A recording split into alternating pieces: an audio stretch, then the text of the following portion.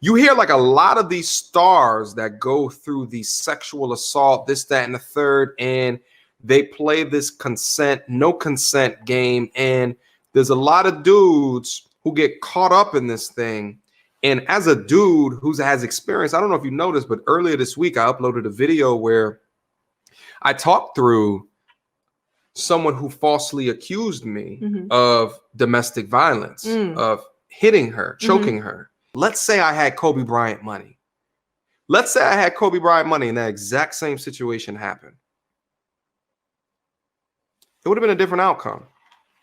It would have been a different outcome.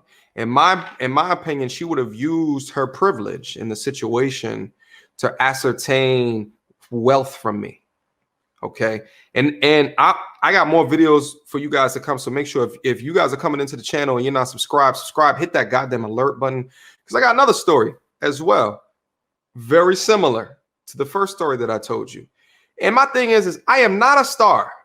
I am not super duper wealthy. You know what I'm saying? Like, I'm okay. I'm doing all right. The thing is when you're a public figure like that and you have someone's word versus yours, and knowing and understanding all of these people around him that are saying that he's not that type of dude, I think he was married. He had a groupie. She changed her mind. Maybe liquor was involved. And whether or not the choice of or the option of whether it was consensual or not, which I think is a whole nother argument that we have to talk about, because there's certain, like on certain college campuses that say, if anyone is inebriated, it's not consensual. Correct. And this is the thing is like, when it comes to sex, how are you not letting the people that are participating in drinking alcohol, all of a sudden they have a case that they can take to court, but when they're drinking and driving, you're still guilty. That's my thing, is like, we're not being consistent, but regardless, there's a lot of stars that look like us that have made mistakes based off of their situations.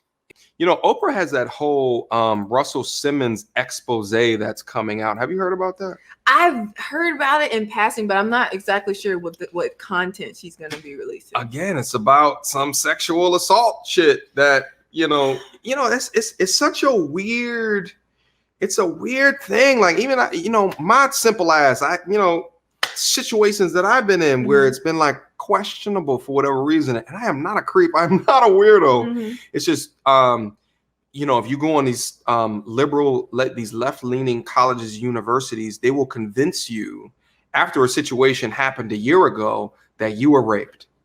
And I see a goddamn problem with that. I think the definition of what is consensual sex has evolved to the detriment of men over the last half decade, probably the last decade. That is really scary. But you know what? It's probably because of creeps.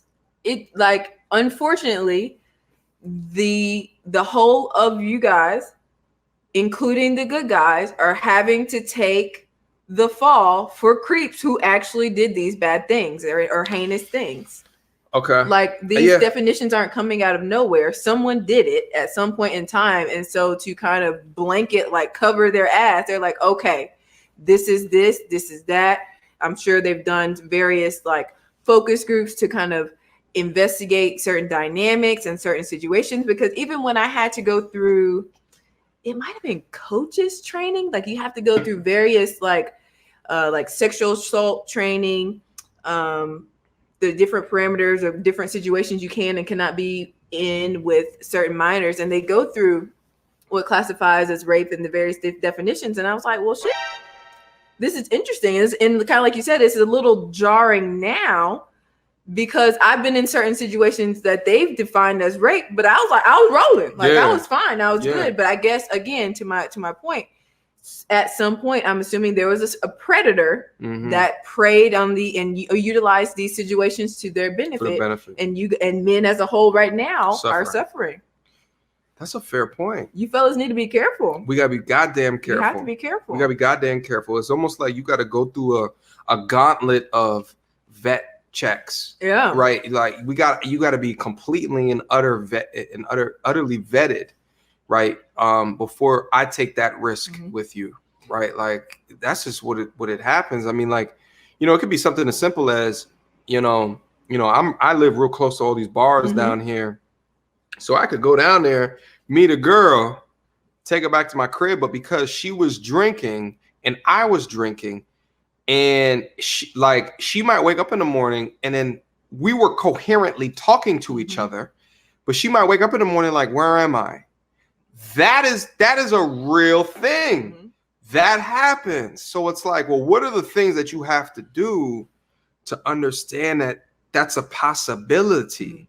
You can't predict the future, but you can decrease the risk of certain outcomes happening. That's what the Kobe situation taught me. It was funny. Working Moms had a little clip in one of their episodes, and the guy, he's dating this new woman, and he's in a mommy and me class. So the ladies were trying to give him some advice, and they're like, make sure she consents. And so on the date, he's like, oh, can I kiss you? Like, oh, can I touch you? And she's like, what are you doing? He's like, I want to make sure I have consent. Oh God! Like they took it to the extreme, but like you almost have to do that. Make sure they're 100% comfortable. Because even you remember when that Indian comedian, I can't remember his name. Aziz Ansari. Yes, he was in a situation that he thought was consensual, but the girl was like, no. So like even when she was so stupid. She was so, like, if you read the whole letter, you're like didn't she like sleep with him because she was uncomfortable like giving him hit? I don't remember the situation, but like it was so gross. You guys have to be careful, and it's so scary.